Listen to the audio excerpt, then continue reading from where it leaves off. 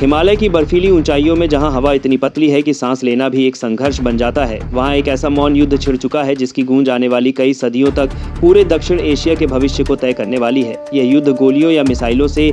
नहीं बल्कि पृथ्वी के सबसे बड़े प्राकृतिक संसाधन यानी बहते हुए पानी पर कब्जे के लिए लड़ा जा रहा है। और यदि भारत ने इस रणनीतिक चक्रव्यूह का समय रहते करारा जवाब नहीं दिया तो भारत की उत्तरी सीमा के पार बहने वाली नदियां केवल प्यास बुझाने का जरिया नहीं रहेंगी बल्कि देश की संप्रभुता को नष्ट करने का एक अत्यंत घातक हथियार बन जाएंगी। अगर आप देश के सच्चे नागरिक हैं और ऐसी जानकारीपूर्ण वीडियो देखना पसंद करते हैं तो अभी चैनल को सब्सक्राइब करें और अपनी मौजूदगी दर्ज कराने के लिए कमेंट बन सकती है। बॉक्स में जय हिंद अवश्य लिखें, क्योंकि आज लोग नाच गाना देखना पसंद करते हैं, लेकिन ऐसी जानकारीपूर्ण वीडियो देखने वाले ही वास्तव में जागरूक नागरिक होते हैं। जिस ब्रह्मपुत्र नदी को असम और पूर्वोत्तर भारत की जीवन रेखा माना जाता है, उसी नदी के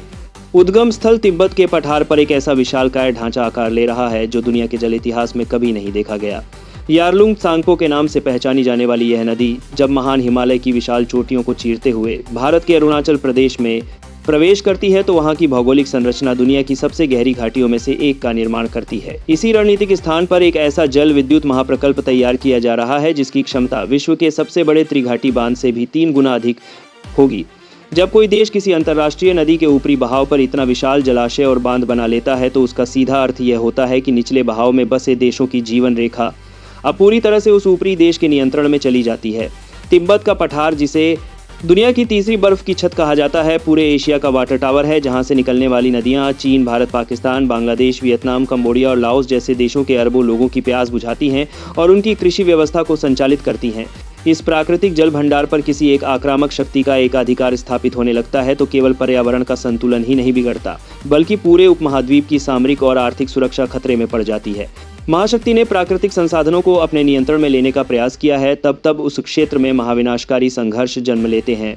इस पूरे मामले को समझने के लिए हमें उस भौगोलिक यथार्थ को समझना होगा जहां नदियां केवल पानी का बहाव नहीं होती बल्कि किसी भी सभ्यता के राजनीतिक और सामाजिक अस्तित्व की रीढ़ होती हैं। जब एक ऊपरी तटवर्ती देश बिना किसी अंतर्राष्ट्रीय संधि के, बिना किसी पारदर्शी आंकड़े साझा किए और बिना पड़ोसी देशों की सहमति के विशाल जल संरचनाओं का निर्माण करता है, केवल एक ऊर्जा परियोजना नहीं माना जा सकता। यह एक तरह का रणनीतिक जल हथियार है जिसका उपयोग युद्ध के बिना ही सामने वाले देश को घुटनों पर लाने के लिए किया जा सकता है। सोचिए कि यदि किसी मानसून के मौसम में जब असम और बंगाल पहले से ही भीषण बाढ़ की चपेट में हों और उसी समय ऊपरी बांधों से लाखों क्यूसेक पानी अचानक छोड़ दिया जाए तो भारत के पूर्वोत्तर राज्यों की स्थिति क्या होगी। इसके ठीक विपरीत यदि सूखे के मौसम में जब खेतों को पानी की सबसे अधिक आवश्यकता हो और ऊपरी देश अपने विशाल जलाशयों में पानी को पूरी तरह से रोक ले तो भारत की कृषि व्यवस्था और खाद्य सुरक्षा का क्या हश्र होगा। यह कोई काल्पनिक भय नहीं है बल्कि एक ऐसी कड़वी सच्चाई है जो दक्षिण पूर्व एशियाई देशों जैसे लाओस और कंबोडिया ने मेकांग नदी पर बने चीनी बांधों के कारण होने कहा पहले ही झेली है। मेकांग नदी के ऊपरी हिस्से पर जब विशाल बांधों की श्रृंखला बनाई गई तो निचले देशों में अचानक आए विनाशकारी सूखे और अप्रत्याशित बाढ़ों ने वहां के किसानों और मछुआरों के जीवन को पूरी तरह से तबाह कर दिया था। अब यही नीति भारत की उत्तरी और पूर्वी सीमाओं पर दोहराई जा रही है, जहां सिंधु, सतलुज और ब्रह्मपुत्र जैसी नदियां भारत के विशाल जनमानस का पोषण करती हैं। भारत के लिए यह स्थिति अत्यंत संवेदनशील और चुनौतीपूर्ण है, क्योंकि भारत न केवल एक घनी आबादी वाला देश है बल्कि उसकी कृषि आधारित अर्थव्यवस्था पूरी तरह से मानसूनी नदियों के नियमित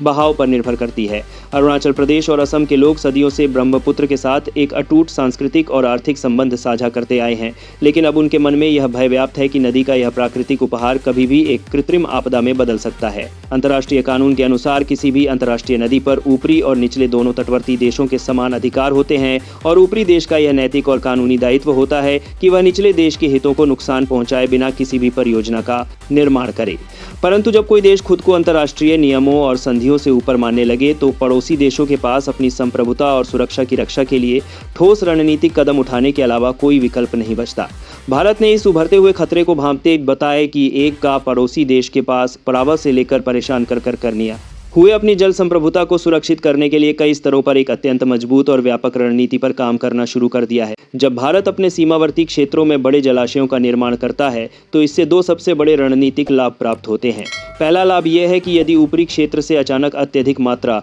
में पानी छोड़ा जाता है तो भारत के ये निचले बांध उस पानी को सोखकर विनाशकारी बाढ़ के झटके को सह सकते हैं और असम तथा पूर्वोत्तर के मैदानी इलाकों को जलमग्न होने से बचा सकते हैं। दूसरा सबसे बड़ा लाभ ये है कि यदि ऊपरी देश सूखे के समय पानी का बहाव रोक देता है। तो भारत अपने इन जलाशयों में जमा पानी का उपयोग करके अपनी कृषि और नागरिक जरूरतों को निर्बाध रूप से पूरा कर सकता है। इस नीति को अंतर्राष्ट्रीय जल मामलों में प्रथम उपयोग का अधिकार यानी प्रायर एप्रोप्रिएशन राइट कहा जाता है, जिसके बाद भी जलाशयों में जमा पानी का उपयोग कर सकता है। अनुसार जो देश किसी नदी के पानी का पहले से अपने उपयोग में भंडारण और इस्तेमाल कर रहा होता है, उसका अंतर्राष्ट्रीय मंचों पर कानूनी पक्ष अत्यधिक मजबूत हो जाता है। इसके साथ ही भारत पूर्वोत्तर राज्यों में त्वरित निगरानी प्रणालियों और उन्नत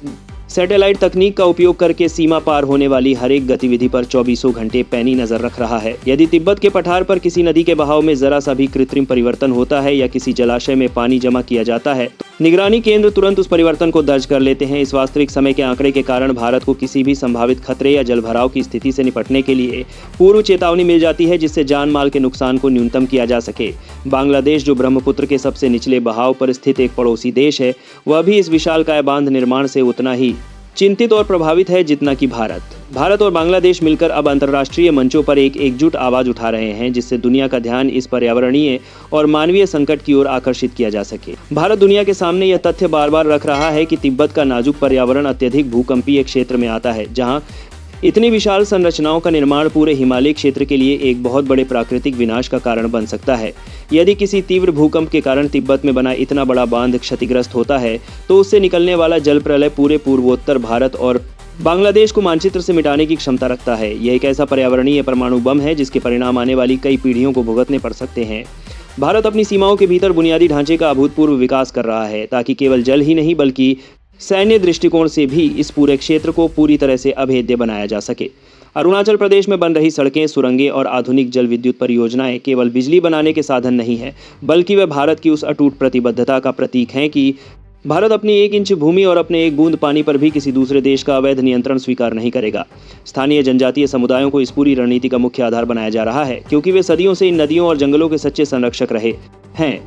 जब स्थानीय आबादी अपने अधिकारों और अपने संसाधनों के प्रति जागरूक होती है और सरकार का पूरा समर्थन उन्हें मिलता है, तो सीमावर्ती क्षेत्रों में किसी भी विदेशी घुसपैठ या चालबाजी को नाकाम करना बेहद आसान हो जाता है। इस मौन युद्ध में सफलता केवल इस बात पर निर्भर नहीं करेगी कि किसके पास कितने हथियार हैं, बल्कि इस बात पर निर्भर करेगी कि कौन सा देश अपने प्राकृतिक संसाधनों की रक्षा कितने बुद्धिमत्तापूर्ण और मजबूत संकल्प के साथ करता है। प्रहरी अभियान यह साबित करता है कि हिमालय की विशाल चोटियों से बहती नदियां केवल भारत का इतिहास और संस्कृति नहीं है, बल्कि भारत के अखंड और सुरक्षित भविष्य की सबसे मजबूत दीवार भी हैं,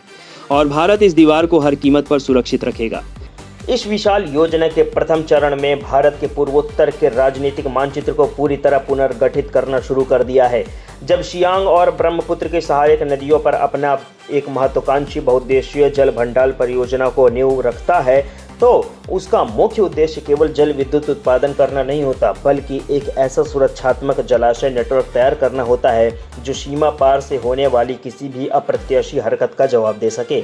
यदि तिब्बत में बनी विशाल महाबंधनों के फाटकों को बिना किसी पूर्व सूचना के खोल दिया जाए और लाखों क्यूसेक जल का प्रलयंकारी प्रवाह नीचे की ओर बढ़ता रहे, तो भारत के ये निर्माधानी और प्रस्तावित विशाल जलाशय का प्रचंड वेग को अपने भीतर समाही कर लेगा। यह जलाशय एक स्पंज की भांति कार्य करेंगे, जो बाढ़ के विनाशकारी प्रभाव को खोलकर और सोख कर उसे सामान्य बहाव में बदल देंगे। इसके ठीक विपरीत परिस्थिति में यदि चीन सूखे से समय या जानबूझकर पानी के प्रवाह को मोड़कर नीचे के इलाकों में जल संकट पैदा करने की कोशिश करता है, तो भारत के इन जलाशयों के सुरक्षित रखा गया अपार जल भंडार पूर्वोत्तर के मैदानी इलाकों के कृषि योग्य भूमि और लाखों नागरिकों के दैनिक आवश्यकताओं को महीनों तक निर्बाध और निर्बाध रूप से पूरा करने में सक्षम होगा। इस ढांचागत ढाल के निर्माण के साथ साथ भारत के अंतर्राष्ट्रीय कूटनीतिक जल के क्षेत्र में भी अत्यंत दृढ़ता के साथ अपना पक्ष रखना प्रारंभ किया है। तिब्बत का पठार पूरे एशिया का जल स्रोत है, और यदि इस जल स्रोत की प्राकृतिक संरचना के साथ खिलवाड़ किया गया तो किसी भी प्रभाव केवल भारत तक सीमित नहीं रहेगा। दक्षिणी पूर्वी एशिया के अनेक देश को जो मेकांग नदी के पानी पर निर्भर हैं, वे पहले ही चीन के ऊपरी तटवर्ती बंधों के दुष्परिणामों को भुगत चुके हैं। अब भारत के इन सभी प्रभावित राष्ट्रों को इस मंच पर लाने और अंतर्राष्ट्रीय जल संधियों के पुनर्मूल्यांकन के लिए वैश्विक दबाव बनाने की दिशा में काम कर रहा है। जब अंतर्राष्ट्रीय मंचों पर यह विषय उठता है तो यह ऊपरी तटवर्ती राष्ट्र का अपने पड़ोसी देशों के प्रति क्या दायित्व होना चाहिए, तो भारत दुनिया को यह याद दिलाता है कि बिना पूर्व सहमति और पारदर्शी डेटा साझा किए बिना ही उनके जाने वाले विशाल निर्माण कार्य अंतर्राष्ट्रीय मानदंडों का उल्लंघन है। भारत और बांग्लादेश के साथ तालमेल इस कूटनीतिक मोर्चे का एक अत्यंत महत्वपूर्ण स्तंभ है। ब्रह्मपुत्र नदी भारत से गुजरकर बांग्लादेश में प्रवेश करती है और वहां की उपजाऊ कृषि भूमि और अर्थव्यवस्था की मुख्य रीढ़ बनती है। यदि चीन ब्रह्मपुत्र के जल का प्रवाह को बाधित करता है तो बांग्लादेश में एक अल्पकल्पनीय, अमानवीय और आर्थिक संकट पैदा हो जाएगा। भारत और बांग्लादेश मिलकर अब विश्व बैंक, संयुक्त राष्ट्र और विभिन्न अंतर्राष्ट्रीय पर्यावरणीय मंचों पर इस संप्रभावी त्रासदी के विरुद्ध एकजुट होकर आवाज़ उठा रहे हैं। केवल कूटनीतिक और ढांचागत उपाय ही इस विशाल खतरे को रोकने के लिए पर्याप्त नहीं हो सकते। इसलिए भारत ने अंतरिक्ष और आधुनिक तकनीक के माध्यम से एक अभेद निगरानी तंत्र स्थापित किया है। भारत के उन्नत उपग्रह 24 घंटे तिब्बत के पठार के एक इंच भूमि पर पैनी नज़र रखते हैं। सैटेलाइट मैपिंग और कृत्रिम बुद्धिमत्ता पर आधारित डेटा के विश्लेषण के जरिए तिब्बत की नदियों के जल स्तर में होने वाले मामूली से मामूली बदलाव, जलाशयों के निर्माण की गति और नदी के प्राकृतिक मार्ग में किए जाने वाले किसी भी कृत्रिम परिवर्तन को वास्तविक समय में दर्ज किया जाता है। यदि सीमा पार किसी भी स्थान पर पानी रोकने या अचानक पानी छोड़ने की कोई तैयारी होती है तो भारत के अग्रिम चेतावनी केंद्र तुरंत सतर्क हो जाते हैं। यह अग्रिम सूचना प्रणाली पूर्वोत्तर राज्यों के प्रशासन को समय रहते सुरक्षात्मक उपाय करने के अवसर प्रदान करती है, जिससे किसी भी आपदा की स्थिति में जान माल के नुकसान को शून्य के स्तर पर लाया जा सके। इस कूटनीतिक और राजनीतिक युद्ध में सीमावर्ती क्षेत्रों में रहने वाली स्थानीय आबादी का एक भूमिका सबसे अधिक महत्वपूर्ण हो जाती है। अरुणाचल प्रदेश में, असम में विभिन्न जनजातीय समुदाय सदियों के इन नदियों और पहाड़ों के साथ सामंजस्य बनाकर जीवन यापन करते आए हैं और वे इस क्षेत्र के प्राकृतिक भूगोल और नदियों के मिजाज को सबसे बेहतर तरीके से समझते हैं। भारत सरकार ने इस बात को भली भांति समझा कि जब तक सीमावर्ती क्षेत्रों का निगरानी और नागरिक सशक्त और सुरक्षित महसूस नहीं करेंगे तब तक कोई भी सीमावर्ती सुरक्षित नहीं हो सकती। इसी विचार के तहत वाइब्रेंट विलेज कार्यक्रम जैसी योजनाओं के माध्यम से सीमांत गांवों के अभूतपूर्व बुनियादी सुविधाओं का विकास किया जा रहा है। जब सीमा पर स्थित अंतिम गांव के 24 घंटे बिजली, पक्की सड़कें, इंटरनेट कनेक्टिविटी और रोजगार के अवसर उपलब्ध होते हैं तो वहां के निवासी न केवल सुरक्षित महसूस करते हैं बल्कि वे देश के अग्रिम सुरक्षा पंक्ति बनकर भारत के प्रहरी रूप में खड़े हो जाते हैं। स्थानीय समुदायों को जल संरक्षण, संधि पुनरुद्धार और सीमा पार की हलचलों की जानकारी देने के लिए जागरूक किया जा रहा है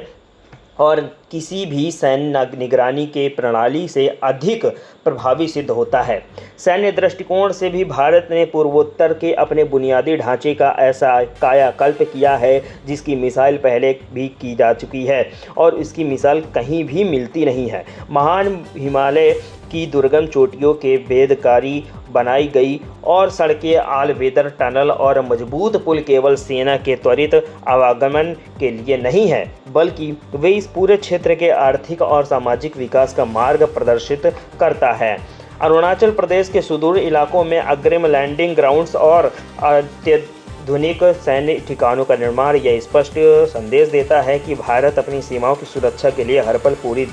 तरह मुस्तैद है। यदि जल के इसी राजनीतिक उपयोग का प्रयोग करके किसी भी प्रकार के सैन्य या भू राजनीतिक दबाव बनाने के लिए किया जाता है तो भारत की सैन्य तैयारी किसी भी दुस्साहस का तत्काल और मुंहतोड़ जवाब देने में पूरी तरह सक्षम है। इस पूरे संघर्ष का एक और अत्यंत गंभीर और चिंताजनक पहलू पर्यावरण और पारिस्थितिकी से जुड़ा हुआ है। हिमालय का यह पूरा क्षेत्र दुनिया के सबसे नवगठित और अत्यधिक भूकंप संवेदनशील पर्वतीय क्षेत्रों में आता है। तिब्बत का पठार, जहां यह विशाल बांध प्रस्तावित है, वह दो मुख्य टेक्टोनिक प्लांटों के मिलन बिंदु से अत्यंत समीप स्थित है। इस अत्यंत नाजुक भूगर्भीय संरचना पर अरबों टन वजनी जल संरचना का निर्माण करना प्रकृति के लिए एक भयानक खिलवाड़ करने जैसा होगा। यदि किसी भी प्रकार की क्षेत्र में कोई तीव्र का भूकंप आता है तो इन विशाल बंधों में उत्पन्न होने वाली एक छोटी सी दरार भी पूरे निचले क्षेत्र में ऐसा जल प्रलय ला सकती है जिसकी कल्पना से भी रोंगटे खड़े हो जाते हैं। भारत लगातार विश्व समुदाय और पर्यावरणीय संगठनों का इस ध्यान से विशाल प्राकृतिक जोखिम की ओर आकर्षित कर रहा है। हिमालय के ग्लेशियरों का पिघलना, जलवायु परिवर्तन और विशाल बंधों का निर्माण मिलकर एक ऐसा घातक संयोजन बना रहे हैं जो पूरे दक्षिण एशियाई महाद्वीप के मौसम चक्र, कृषि उत्पादन और जैव विविधता को पूरी तरह तबाह कर सकता है। भारत की इस पूरी रणनीतिक केवल एक रक्षात्मक रुख तक नहीं सीमित है, बल्कि यह एक दूरदर्शी और आक्रामक जल नीति का हिस्सा है। भारत जानता है कि 21वीं सदी में दुनिया का सबसे बड़ा संकट तेल या गैस नहीं, बल्कि स्वच्छ और बहता हुआ पानी होगा। जो राष्ट्र अपने जल संसाधनों का और संरक्षण करेगा और उसके सुरक्षा के लिए मजबूत नीतियाँ बनाएंगे, वही भविष्य में वैश्विक पटल का एक महाशक्ति के रूप में स्थापित रह जाएगा। इस सोच के साथ भारत अपनी आंतरिक जल नीति में प्रबंध और सुव्यवस्थित करने के साथ साथ अंतर नदी के जोड़ों के परियोजनाओं और उन्नत जल के साथ संचय प्रणालियों पर भी काम कर रहा है। यदि देश के भीतर जल का वितरण पूरी तरह संतुलित और न्यायसंगत हो सके तो दुनिया की नज़रें अब इस बात पर टिकी हैं कि भारत अपना जल संप्रभुता इस प्रकार की रक्षा को किस प्रकार से और अधिक सुदृढ़ बनाता है। और साथ ही साथ भारत ने यह साबित कर दिया है कि वह किसी भी देश के विस्तारवादी मंसूबों से डरने वाला नहीं है।